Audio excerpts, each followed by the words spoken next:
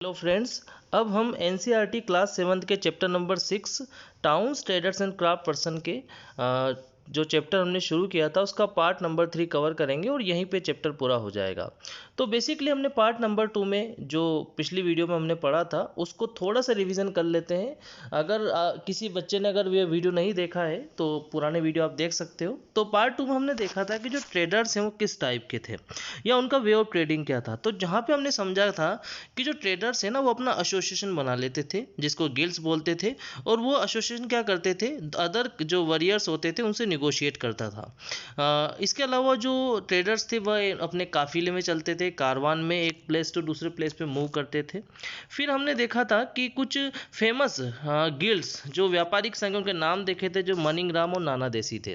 फिर हमने कम्युनिटीज़ देखी थी, trading community, Chettiars, Marwari Oswas, Hindu Banias, Muslim Bohras, और जो कि red sea, Persian gulf, eastern Africa country में या इन प्लेसेस में वो क्या करते थे, ट्रेड करते थे।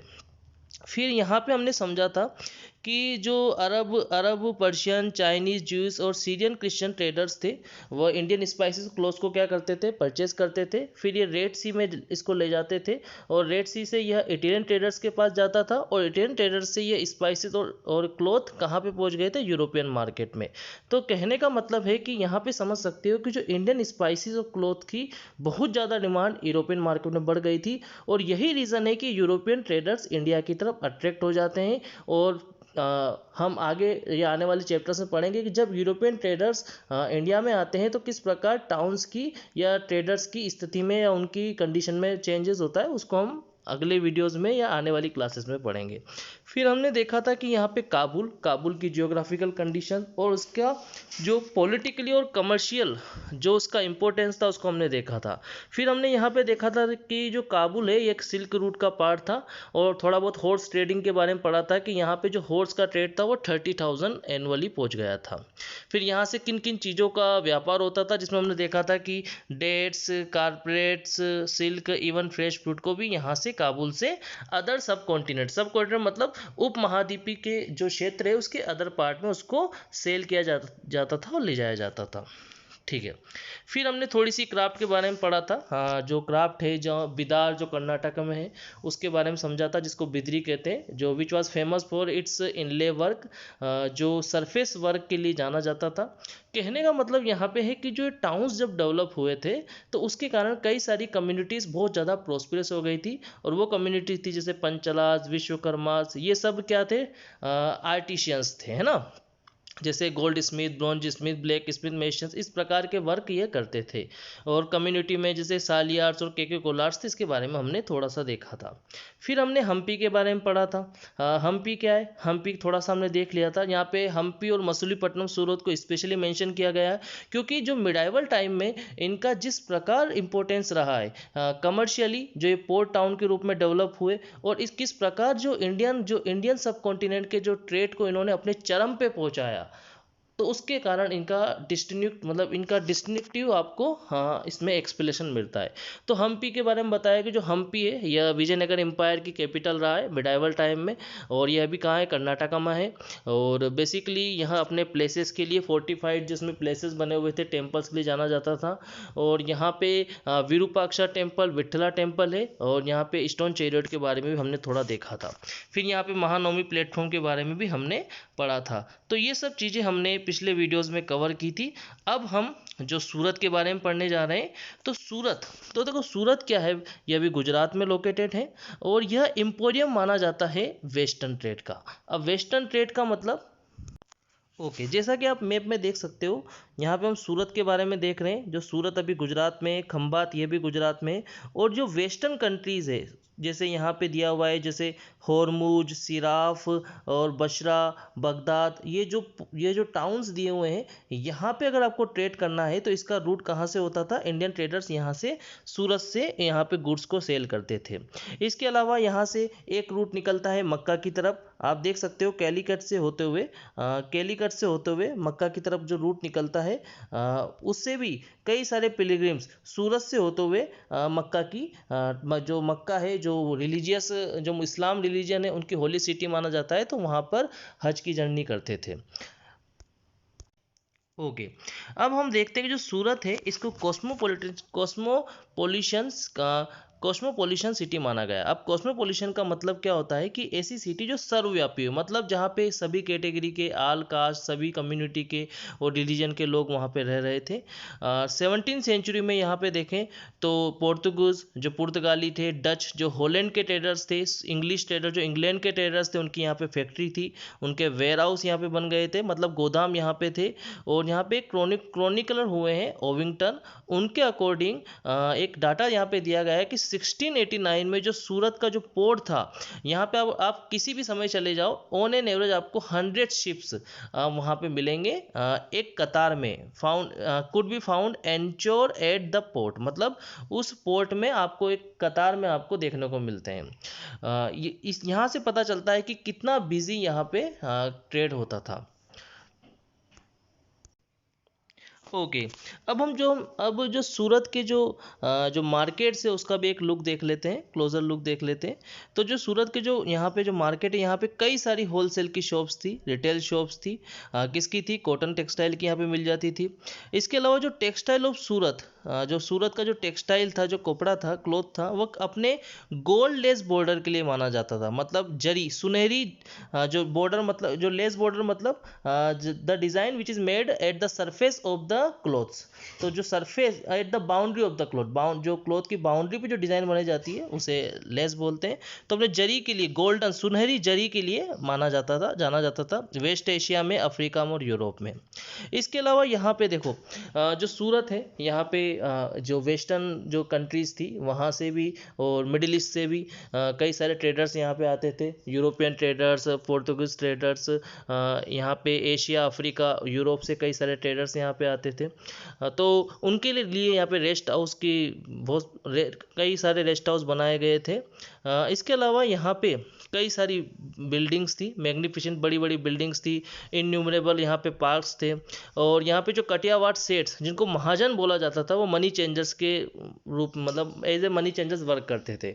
उनके यहाँ पे बैंकिंग हाउसेस बने हुए थे। अब मनी चेंजर्स का मतलब क्या है कि जैसे कोई वेस्टर्न कंट्रीज से सपोज कोई यूरोपियन जो ट्रेडर्स यहाँ पे आया है, तो उसके पास करेंसी कुछ और होगी, लेकिन जो सूरत में उस टाइम मुगलों का यहाँ पे कंट्रोल था, तो उनके हिसाब से जो करेंसी चल रही थी, तो ट्रेड तो उसमें होगा। तो ये क्या करते थे कि यूरोपियन करेंसी को लेकर उस करेंसी को कन्वर्ट कर देते थे इंडियन करेंसी में। तो इस प्रकार के जो महाजन यहाँ पे थे, जो इस प्रकार की दिस टाइप ऑफ फैसिलिटी वो प्रोवाइड करते थे। अब यहाँ पे एक टर्म आई है हुंडीज। अब देखो हुंडीज होती क्या थी, इसको हम देख लेते हैं। ओके। तो जैसा कि पिक्चर में आप देख सकते हो, इस प्रकार की हुंडीज यहाँ पे सूरत में चलती थी। अब हुंडीज का मतलब क्या होता है? देखो, एक फाइनेंशियल इंस्ट्रूमेंट होता है जिसको मिडाइवल पीरियड में डेवलप किया गया था, और ये ट्रेड के रूप में यूज होता था। अब कहने का मतलब है, यदि कोई ट्रेडर्स किसी होलसेल की दुकान पे या किसी होलसेल के ट्रेडर्स के पास आता है और उसके पास अगर मनी नहीं होता है, तो वह क्या करता है? हुंडीज दे देता है। और उस हुंडीज में क्या होता है कि एक पर्सन के द्वारा इसको जारी किया जाता था, जिसमें जिस पर्सन का इसमें नाम लिखा जाता था, उसको उस जितना जितना अमाउंट होता है उतना अमाउंट उसमें पे करना होता था।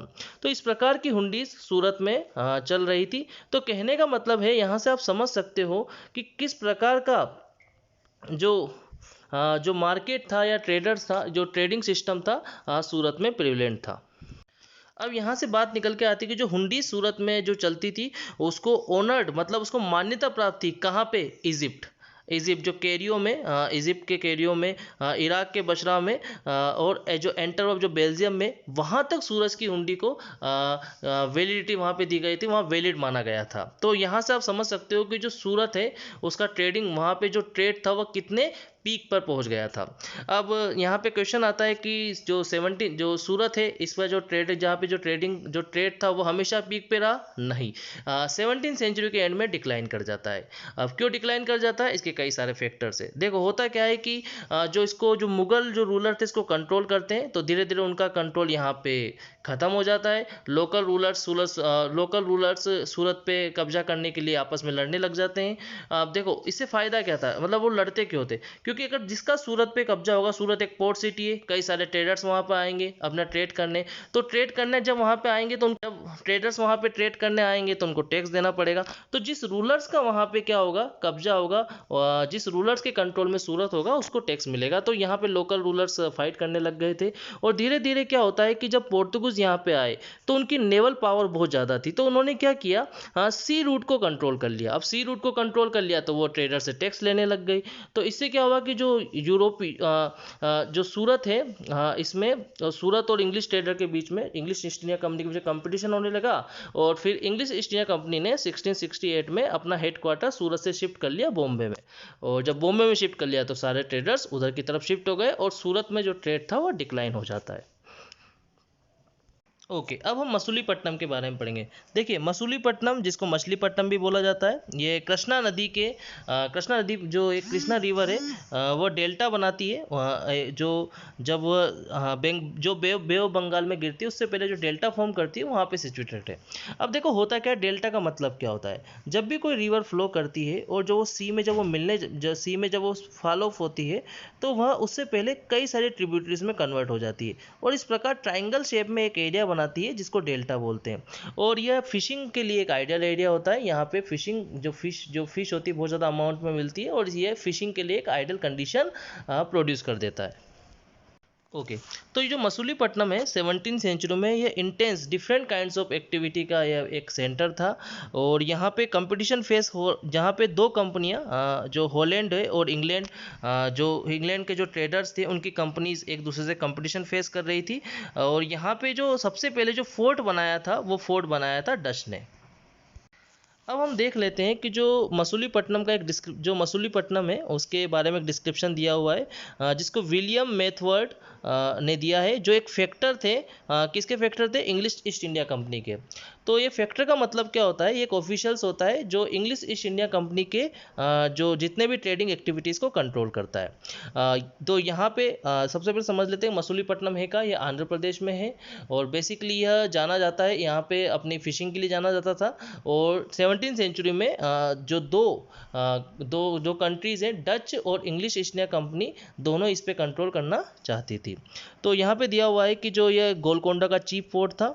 और जब यहाँ पे जो ईस्ट इंडिया कंपनी के एजेंट थे यहाँ पे, और उन्होंने यहाँ पे इसका डिस्क्रिप्शन दिया कि एक पॉपुलस सिटी था, मतलब अच्छे तरीके से नहीं बनाया हुआ था, इल बिल्ड था और वर्स्ट सिचुएटेड था, मतलब ख़राब, यहाँ इसकी स्थिति वैसे ख़राब थी, मतलब इतनी अच्छी स्थिति, इतनी अच्छी कंडीशन यहाँ पे नहीं थी। अनवाल था, चारों तरफ दीवारों से नहीं घिरा हुआ था। और जितने भी इसके स्प्रिंग्स थे, with in the all springs are brackish, मतलब होता है कि जितने भी इसके वाटर सोर्सेज थे वो खारे थे। पहले ये पुअर फिशर टाउन था, लेकिन बाद में क्या होता है कि यहाँ पे एक फैसिलिटीज़ प्रोवाइड हो जाती है। क्या फैसिलिटीज़ प्रोवाइड हो जाती है कि यहाँ पे एक प्लेस बन जाता है वेयर शिप कैन एंकर, मतलब जहाँ पे शिप लंगर डाल सकते हैं, अब वहाँ पे खड़े हो सकते हैं। जिसके कारण क्या होते हैं, कई सारे ये मर्चेंट यहाँ पे आना शुरू हो जाते हैं। और फिर ये जो डच है, डच और इंग्लिश ट्रेडर्स का यह क्या बन जाता है, रेजिडेंस बन जाता है, उनका घर बन जाता है, वो यहाँ पे आकर सेटल होना शुरू हो जाते हैं। और जैसा कि हमने देखा है कि जो 17वीं सेंचुरी में जो इंग्लिश और डच ईस्ट इंडिया कंपनी इस पे ट्रेड करना चाहती थी, तो होता क्या है कि जो कुतुबशाही रूलर्स होते हैं जो गोलकोंडा के, वो इस पे मोनोपोली इम्पोज कर देते हैं, एकाधिकार इम्पोज कर देते हैं। कहने का मतलब है कि वह जितने भी ट्रेडिंग राइट्स से वह उस पर कंट्रोल कर लेते हैं।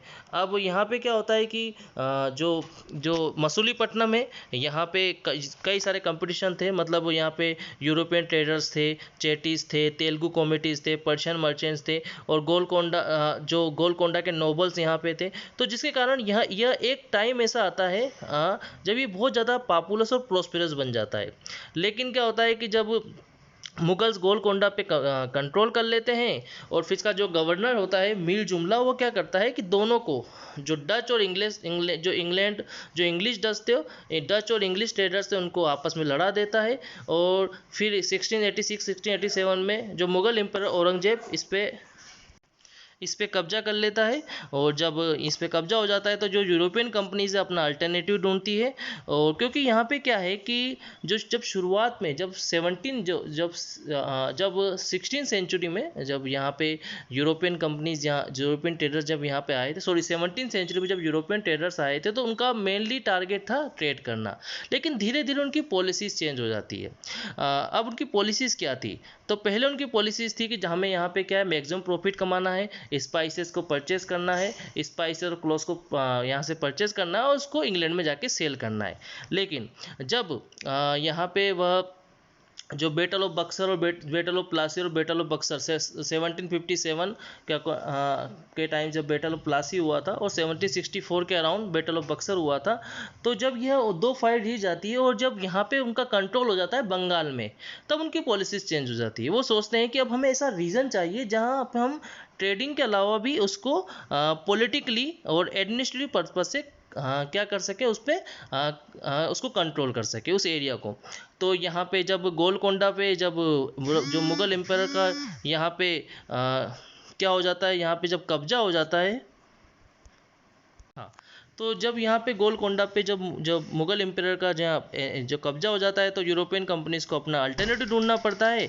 और धीरे धीरे वह अपना जो सेंटर है वो शिफ्ट कर लेते हैं बॉम्बे, कलकत्ता और मद्रास में। और जिसके कारण जो मसूलीपट्टनम है उसके जो मर्चेंट है और वो भी यहाँ से चले जाते हैं, ट्रेडर्स यहाँ पे चले जाते हैं, उसकी जो प्रोस्पेरिटी वो डिक्लाइन कर जाती है। तो हमने यहाँ पे देखा हमने देखा कि यहाँ पे एक बात हमारे समझ में आती है कि हमने हम्पी के बारे में देखा, सूरत के बारे में देखा, फिर हमने मसूलीपट्टनम के बारे में देखा। तो हमने देखा कि जो टाउन से इनका पीरियड रहा है, एक समय ऐसा रहा है जब ये बिल्कुल अपने पीक पे पहुँचे, यहाँ पे ट्रेड बहुत ज़्यादा पीक पे पहुँच गया, कमर्शियल गतिविधि इतनी ज़्यादा इतनी ज़्यादा बढ़ गई कि ये प्रोस्पेरस सिटी बन गए, प्रोस्पेरस टाउन बन गए। लेकिन जब धीरे धीरे जब लोगों के इंटरेस्ट चेंज होते हैं, यहाँ पे कंट्रोल चेंज हुआ, यहाँ पे जो यहाँ की जियोग्राफिकली अब जब पॉलिटिकली कंट्रोल, राजनीतिक स्थितियाँ यहाँ पे चेंज हुई, तो यहाँ का जो ट्रेड है उससे इफेक्ट होता है और वह डिक्लाइन कर जाता है। तो यहाँ पे एक बात निकल के आती है कि किसी जगह की इकोनॉमिक एक्टिविटी, पॉलिटिकल एक्टिविटी ये इंटरकनेक्टेड होती है। मतलब जहाँ पे कोई आर्थिक गतिविधियाँ उसकी राजनीतिक गतिविधियों से भी जुड़ी हुई होती है। अगर वहाँ पे पॉलिटिकल एक्टिविटी चेंज होती है तो वहाँ की इकोनॉमिक एक्टिविटी पे भी उसके अकॉर्डिंग चेंज हो जाता है। अब हम देखते हैं न्यू टाउन्स ऑन ट्रेडर्स के बारे में पढ़ेंगे। हाँ, तो जैसा कि हमने अर्लियर थोड़ा प्रीवियस पेजेस में पढ़ा था कि जो वेस्टर्न कोस्ट में जो ट्रेडर्स यहाँ पे आते थे, जैसे यहाँ पे जो वेस्टर्न ट्रेडर्स यहाँ पे आते थे, क्रिश्चियन ट्रेडर्स, सीरियन ट्रेडर्स यहाँ पे आते थे, तो वो क्या करते थे कि यहाँ से जो भी गुड्स है, टेक्सटाइल से, कॉटन से, उसको परचेस करते थे। जो अरब ट्रेडर्स यहाँ पे आते थे उसको परचेस करके फिर रेड सी से होते हुए इटालियन ट्रेडर्स को सेल करते थे। और इटालियन ट्रेडर्स से वह जो स्पाइसेस था वह कहाँ पहुँच जाता था, वह पहुँच जाता था यूरोप में। तो धीरे धीरे जब यूरोप में जब स्पाइसेस की मांग बढ़ने लगी, टेक्सटाइल की मांग बढ़ने लगी, तो यहाँ के जो इंडिया का जो स्पाइसेस था और जो यहाँ के जो टेक्सटाइल था वह इतना ज़्यादा फेमस हो चुका था यूरोपियन मार्केट में कि इसने यूरोपियन ट्रेडर्स को इंडिया की तरफ अट्रैक्ट किया। तो 16 और 17 सेंचुरी में क्या होते हैं कि यूरोपियन जो ट्रेडर्स है इंडिया की तरफ मूव करते हैं। तो इंग्लिश जो इंग्लैंड से, डच, हॉलैंड और फ्रेंच से ये अपनी ईस्ट इंडिया कंपनी बनाते हैं। मतलब ईस्ट इंडिया कंपनी मतलब जो इंडिया जो कहाँ पे ईस्ट में है तो उधर जाके हमको ट्रेड करना है, तो अपनी कमर्शियल एक्टिविटी को यहाँ पे एक्सपेंड करते हैं। तो इनिशियली जो इंडियन ट्रेडर्स, जो पहले इंडियन ट्रेडर्स थे यहाँ पे, जो ग्रेट इंडियन ट्रेडर्स हुए जैसे मुल्ला अब्दुल गफूर और वीरजी वोहरा, इनसे कंपटीशन होता है तो वो इनसे compete तो कर पाते हैं। लेकिन धीरे धीरे क्या होता है कि जो यूरोपियन कंपनी है वो अपनी नेवल पावर का यूज़ करती है, इस सी रूट को कंट्रोल कर लेती है। और जो इंडियन ट्रेडर्स को मजबूर होना पड़ता है उनका एक एजेंट बनने के लिए, मतलब उनको टैक्स उनसे टैक्स वसूलना शुरू कर देते हैं। फिर हमने देखा कि जब बैटल ऑफ प्लासी होता है, बैटल ऑफ बक्सर होता है, तो धीरे धीरे ये बंगाल पे कब्जा कर लेते हैं। बंगाल के सारे राइट्स इनको मिल जाते हैं, वो हम 8th क्लास में पढ़ेंगे। जो बंगाल के जितने भी इनको दीवानी जो राइट्स हैं, फाइनेंशियल राइट्स इनको मिल जाते हैं। फिर ये इंडियन सब कॉन्टिनेंट पे अलग अलग जगह पे अपने अपने कंट्रोल को उसको कंट्रोल करने लग जाते हैं, या तो डायरेक्टली या इनडायरेक्टली। वहाँ पे इनका पॉलिटिकली और वर्चस्व बढ़ जाता है। तो फिर यहाँ पे जो इंडियन ट्रेडर्स है, तो इस प्रकार हम यहाँ पे देखेंगे कि इनके जो इंग्लिश ट्रेडर्स है, इंग्लिश ईस्ट इंडिया कंपनी जो पहले एक ट्रेडिंग कंपनी थी, मर्केंटाइल कंपनी थी, बाद में एक एडमिनिस्ट्रेटिव कंपनी बन जाती है, एडमिनिस्ट्रेटिव इंस्टीट्यूशन बन जाता है। तो उसके कारण जो इंडियन ट्रेडर्स है उनकी स्थिति में किस प्रकार का चेंज होता है उसको भी थोड़ा सा हम यहाँ पे देखेंगे। तो ओके, तो हम देखते हैं कि जो डिमांड यहाँ पे जो बढ़ जाती है इंडियन टेक्सटाइल की, जो द स्पर्ट डिमांड, जो जिस प्रकार इंडिया में जो इंडिया के टेक्सटाइल की जो मांग, जो डिमांड बढ़ती है, तो उसके कारण यहाँ पे कई सारे क्राफ्ट डेवलप होते हैं, जैसे स्पिनिंग, वीविंग, ब्लीचिंग, डाइंग, इस प्रकार के क्राफ्ट सब डेवलप होते हैं। और कई सारे लोग इस प्रकार के जो डोमेस्टिक जो ट्रेडिंग है उससे जुड़ जाते हैं। लेकिन धीरे धीरे जो इनकी इंडिपेंडेंट जो क्राफ्ट है, क्राफ्ट पर्सन की जो इंडिपेंडेंस थी, जो इंडिविजुअली वो अपना डोमेस्टिक वर्क कर रहे थे, वह खत्म हो जाता है और डिक्लाइन कर जाता है। क्यों कर जाता है कि जब ब्रिटिश ईस्ट इंडिया कंपनी का जो इंग्लिश ईस्ट इंडिया कंपनी का इंडिया में जब कंट्रोल हो जाता है, इंडिया के डिफरेंट पार्ट्स में कंट्रोल हो जाता है, तो वो क्या करते हैं, जो इंडियन ट्रेडर्स को वर्क करने के लिए मजबूर करते हैं अपने लिए। अब देखो यहाँ पे एक टर्म आई है, सिस्टम ऑफ एडवांस। अब सिस्टम ऑफ एडवांस का मतलब क्या है, इसको हम 8 क्लास में भी पढ़ेंगे। तो सिस्टम एडवांस का मतलब क्या होता है कि यहाँ पे इसका मतलब होता है कि जो यूरोपियन ट्रेडर्स क्या करते थे कि थोड़ा सा मनी इनको दे देते थे, और यहाँ पे एक कॉन्ट्रैक्ट साइन किया जाता था इंडियन ट्रेडर्स से कि उनको जितना भी, उनको एक जब प्री प्राइस डिसाइड कर लेते, जो भी प्राइस जो इंग्लिश ट्रेडर डिसाइड करते थे वो जनरली कम होती थी, और उस प्राइस में जो भी क्लोथ्स इंडियन ट्रेडर्स बनाते थे उनको इंग्लिश ईस्ट इंडिया कंपनी को क्या करना पड़ता था, सेल करना पड़ता था। फिर इंग्लिश ईस्ट इंडिया कंपनी उसको यूरोप में ले जाती थी। तो जो प्रॉफिट होना जो इंडियन ट्रेडर्स को होता था पहले, डायरेक्ट होता था, वह अब नहीं होकर इंग्लिश ईस्ट इंडिया कंपनी को होने लग गया था। तो इनिशियली जो इंडिपेंडेंट क्राफ्ट पर्सन थे वो एजेंट के रूप में वर्क कर रहे थे इंग्लिश ईस्ट इंडिया कंपनी के। फिर हम देखते हैं यहाँ पे जो 18th सेंचुरी में किस प्रकार जो बॉम्बे, कलकत्ता, मद्रास, ये प्रोविंशियल स्टेट बन गई थी, प्रिंसली स्टेट बन गई थी, किसकी, इंग्लिश ईस्ट इंडिया कंपनी की। और यहाँ पे जो क्राफ्ट है, कॉमर्स है, उसमें कई सारे चेंज होते हैं।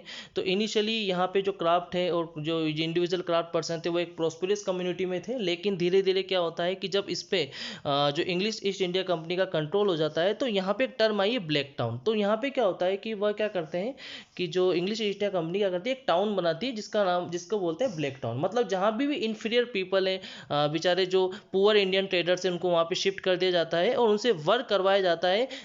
और जिस प्राइस पे वर्क किया जाता है वो उसको European trader decide European east India company decide करती थी, और उस प्राइस पे उनको वर्क करना पड़ता था। और सारा माल और सारा जो गुड्स था, टेक्सटाइल था, वह ईस्ट इंडिया कंपनी को सेल करना पड़ता था। तो ये ब्लैक टाउन किनके लिए यूज़ किया हुआ है, जो पुअर इंडियन ट्रेडर्स थे उनको जहाँ पे सेटल किया गया था ईस्ट इंडिया कंपनी द्वारा, उनके लिए यहाँ पे यूज़ किया गया है। और यहाँ पे जो वाइट रूलर्स थे जो सुपीरियर पोजीशन में थे, वो कहाँ पे रहते थे, वह सेंट जॉर्ज जो मद्रास में, सेंट विलियम जो कलकत्ता में, वहाँ पे उनका रेजिडेंस बन गया था। तो बेसिकली यहाँ पे बात निकल के आती है, क्वेश्चन यहाँ पे बन सकता है कि किस प्रकार जो what is system of advance क्या होता है, एक क्वेश्चन ये बन सकता है। और ब्लैक टाउन क्या है, इसको भी आप थोड़ा देख लीजिएगा। और सेंट जॉर्ज कहाँ पे, मद्रास में, और सेंट विलियम कहाँ पे, फोर्ट सेंट, ये कलकत्ता में है। यहाँ पे एक जो ब्लैक टाउन है, इसकी पिक्चर आपको दिखाई हुई। तो इस प्रकार के टाउन इन्होंने बनाए थे जहाँ पे इंडियन ट्रेडर्स को रहना पड़ता था और वो वहाँ पे वर्क करते थे। ओके, अब वास्को डिगामा और जो क्रिस्टोफर कोलंबस के बारे में बताया गया है। तो ओके, तो 15th सेंचुरी में जो यूरोपियन ट्रेडर्स थे, जो माल, जो गुड्स, उनको जो स्पाइसेस और जो टेक्सटाइल उनको इनडायरेक्टली मिलता था, जो अरब ट्रेडर्स थे। तो यहाँ पे एक नीड इनको महसूस है कि क्यों ना हम डायरेक्टली इंडिया में ट्रेड करें। तो पर लेकिन इनको वे पता नहीं था इंडियन सब कॉन्टिनेंट का। तो यहाँ पे क्या हुआ कि जो वास्को डिगामा डिसाइड करता है, कई सारे यूरोपियन सेलर डिसाइड करते हैं कि हम इंडियन सब कॉन्टिनेंट पे पहुँचने का वे ढूंढेंगे। तो यह वास्को डिगामा जो एक पोर्तुगीज सेलर था, लिस्बन से अपनी जर्नी शुरू करता है। ये अफ्रीकन कोस्ट से होता हुआ केप ऑफ गुड होप है, वहाँ से ये क्या करते हैं, राउंड करते हुए इंडियन ओशन को क्रॉस करते हुए ये कैलीकट में 1498 में पहुँचा था। तो इनकी जर्नी यहाँ पे हम देख लेते हैं मैप में। ओके, तो जैसा कि पिक्चर में आप देख सकते हो, यहाँ पे आपको जो जो जिस वे से वास्को डिगामा ने ट्रेवल किया था, इंडिया की जर्नी की थी, और वो आप देख सकते हो लिस्बन से इन्होंने अपनी जर्नी को शुरू किया। फिर ये केप वर्दे से होते हुए आए, फिर सेंट हेलेना से होते हुए जो केप ऑफ गुड होप है जो अफ्रीका में, इसको यहाँ से राउंडली क्रॉस किया और धीरे धीरे फिर इंडियन ओशन को क्रॉस करते हुए कैलिकट पहुँचे थे। और रिटर्न जर्नी भी आप देख सकते हो, जो मोगाडिशु से होता हुआ, फिर मोगाडुशी से फिर यहाँ ये जो केप ऑफ गुड होप पे आते हैं, फिर वहाँ से होते हुए वापस रिटर्न जर्नी करते हैं, केप वर्डे से होते हुए दोबारा लिस्बन तक पहुँचते हैं। तो इन्होंने क्या किया था, जो कहते हैं कि जो इंडियन सब कॉन्टिनेंट की जो खोज की थी, डिस्कवर किया था, वास्को डी गामा ने किया था। और यहाँ पे थोड़ा सा डाटा दिया हुआ है कि इनको कितना टाइम लगा था। इनको लगभग 1 ईयर की जर्नी इनकी थी, और इसमें इन्होंने अपने 4 शिप जो 4 शिप से इन्होंने जर्नी शुरू किया था, जो 2 शिप इनका लॉस्ट हो गए थे, और 170 में जो मैन थे, जिन्होंने जो यूरोपियन सेलर्स थे जिन्होंने जर्नी शुरू की थी, उसमें केवल 54 ही सर्वाइव कर पाए थे। और जब इन्होंने जो रूट इन्होंने खोजा, उसके बाद यह एक्सट्रीमली प्रॉफिटेबल रूट बन गया। इस रूट को इंग्लिश, डच और फ्रेंच सेलर्स ने फॉलो किया था। फिर यहाँ पे दिया हुआ है कि जो इंडियन सब कॉन्टिनेंट की जर्नी, मतलब इंडियन सब कॉन्टिनेंट को जो वे फाइंड आउट करने के लिए कई सारे सेलर्स ने दूसरा रूट खोजना चालू किया। तो यहाँ पे एक अनप्रेसिडेंटेड घटना जो होती है, अभूतपूर्व घटना होती है, इसमें क्रिस्टोफर कोलंबस का नाम होता है। उन्होंने जो एज्यूम किया कि ये अर्थ गोल है, तो उन्होंने सोचा कि जिस डायरेक्शन से, जो क्योंकि यूरोप जो वास्को डी गामा तो ईस्टर्न डायरेक्शन में गए थे, तो उन्होंने कहा कि मैं वेस्ट में जर्नी करूंगा। तो जो इटालियन, यह क्या थे, इटालियन सेलर्स थे। ओके, तो आप देख सकते हो मैप में, जो क्रिस्टोफर कोलंबस है, पेलोस से 3 अगस्त 1492 को अपनी जर्नी इस शुरू करते हैं, स्पेन में ये जगह। फिर कैनारी आइसलैंड से होते हुए ये कहाँ पे पहुँचते हैं, जो बहामास जो जगह है वहाँ पे पहुँचते हैं 12 अक्टूबर 1492 में। जो सेंट सेल्वाडोर आइलैंड है वहाँ पे पहुँचते हैं। अब जी इंडियन सब कॉन्टिनेंट की जर्नी कर रहे थे, तो इन्होंने जिस प्लेस को देखा वो वेस्टर्न डायरेक्शन में था, और यहाँ से इसका नाम पड़ जाता है, इसका नाम हो जाता है वेस्ट इंडीज़। तो वह इंडियन सब कॉन्टिनेंट को ढूंढने निकले लेते हैं, लेकिन वो किसको डिस्कवर कर लेते हैं, वेस्ट इंडीज़ को। तो यहाँ पे मैप व्यू है, आप इसको देख सकते हो कि किस प्रकार की जर्नी कोलंबस ने ट्रेवल की थी। और यहाँ पे आप देख सकते हो कि जर्नी का रीज़न क्या था, क्योंकि ये सभी अपॉर्चुनिटी की तलाश में थे। जिस प्रकार की यहाँ पे स्पाइसेस की, टेक्सटाइल्स की, और जिन जिन चीज़ों की नीड्स थी, उसको फुलफिल करने के लिए हम किस प्रकार अदर प्लेसेस में ट्रेवल कर सकते हैं, तो यहाँ पे आप देख सकते हो। ओके, तो यहाँ पे हमने देखा कि जो एक बार फिर देख लेते हैं, जो वास्को डी गामा की जर्नी आप देख सकते हो 1498 में जो सी रूट को वास्को डी गामा ने खोजा था, डिस्कवर किया था, वो यहाँ पे आपको दिखा हुआ है। लेकिन आप देख सकते हैं कितना लेंथी सी रूट है, हमेशा ये ऐसा रहा नहीं रहा। अराउंड 19 सेंचुरी में 1869 के लगभग, मुझे एग्जैक्ट ईयर पता नहीं है, उसे आप देख सकते हो। और वहाँ से क्या होता है कि यहाँ पे एक स्वेज कैनाल बन जाती है। जब यहाँ पे स्वेज कैनाल बन जाती है, तो ये यूरोप के लिए जो रूट है, यह बहुत ज़्यादा छोटा हो जाता है। इस प्रकार से फिर रूट को यहाँ पे ट्रेवल किया जाता है। फिर और जो मेडिटेरेनियन सी से होता हुआ ये ट्रेडिंग रूट यूरोप की तरफ चला जाता है। तो जैसा कि हमने देखा कि जो क्रिस्टोफर कोलंबस ने अपनी जर्नी को, ये इटालियन ट्रेडर्स थे स्पेन में, इन्होंने अपनी स्पेन के पोलास से इसने अपनी जर्नी को शुरू किया था। फिर एटलांटिक ओशन को होते हुए ये जिस प्लेसेस में पहुंचते हैं, वो ये इंडियन सब कॉन्टिनेंट के लिए यहाँ पे निकले थे, उसका नाम इन्होंने वेस्ट इंडीज़ रख दिया। फिर इस प्रकार के कन्फ्यूज़न में इसका नाम वेस्ट इंडीज़ हो गया। तो यहाँ से देख सकते हैं कि जो यूरोपियन ट्रेडर्स ने, उन्होंने नए नए सब कॉन्टिनेंट के लिए अपने रूट्स को किस प्रकार डिज़ाइन किया, और वहाँ से उन्होंने ट्रेवल जर्नी शुरू की। तो यहाँ पे देख सकते हैं कि यहाँ पे यही पता चलता है कि जो सेंट्रल और साउथ अमेरिका वाला जो पोर्शन है, जब यहाँ का रूट इनको मिल जाता है, तो धीरे धीरे पोर्तुगीज और स्पेन वहाँ पे आना शुरू हो जाते हैं, उसके लार्ज पार्ट को जीत लेते हैं। और वहाँ पे जो वहाँ के नेटिव पीपल थे, जो अमेरिकन्स थे, उनका सेटलमेंट को वह डिस्ट्रॉय कर देते हैं। तो इस प्रकार हमने दिस टाइप हमने यहाँ पे इस चैप्टर को पूरा किया है। इसमें हमने कई सारी चीज़ें देखी। हमने टाउन्स को देखा, मिडाइवल पीरियड में किस टाइप के टाउन्स थे। फिर हमने यहाँ पे जो आर्ट एंड क्राफ्ट डेवलप हुआ, उसके रीज़न हमने देखे, और वे ऑफ ट्रेडिंग को देखा। और कुछ इंपॉर्टेंट इंडिया के जो पोर्ट टाउन रहे हैं, जैसे सूरत, मसूलीपट्टनम, उसके बारे में देखा। और जो हम्पी है, उसके बारे में हमने यहाँ पे थोड़ा सा हमें नॉलेज हमको मिली।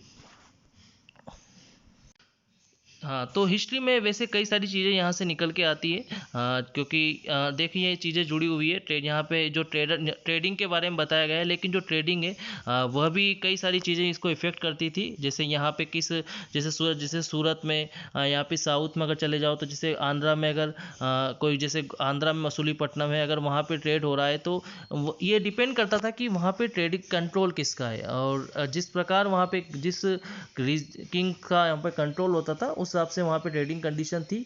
और फिर जब उस पर कंट्रोल चेंज होता था, पॉलिटिकली कंट्रोल वहाँ पे चेंज होता था, उस हिसाब से फिर ट्रेडिंग कंडीशन भी चेंज हो जाती थी। तो इस प्रकार हमने कई सारी चीज़ों को यहाँ पे डिस्कस किया है। आई होप आपको ये वीडियो अच्छा लगा होगा, और ये चैप्टर यहाँ पे कंप्लीट हो गया है। तो अगर आपको ये वीडियो अच्छा लगा है तो प्लीज़ इसको लाइक कीजिए, शेयर कीजिए, सब्सक्राइब कीजिए, ताकि थोड़ा मोटिवेशन हमको भी मिले और हम आगे भी इस टाइप की जो नेक्स्ट चैप्टर उसकी वीडियो को बना सकें। Thank you.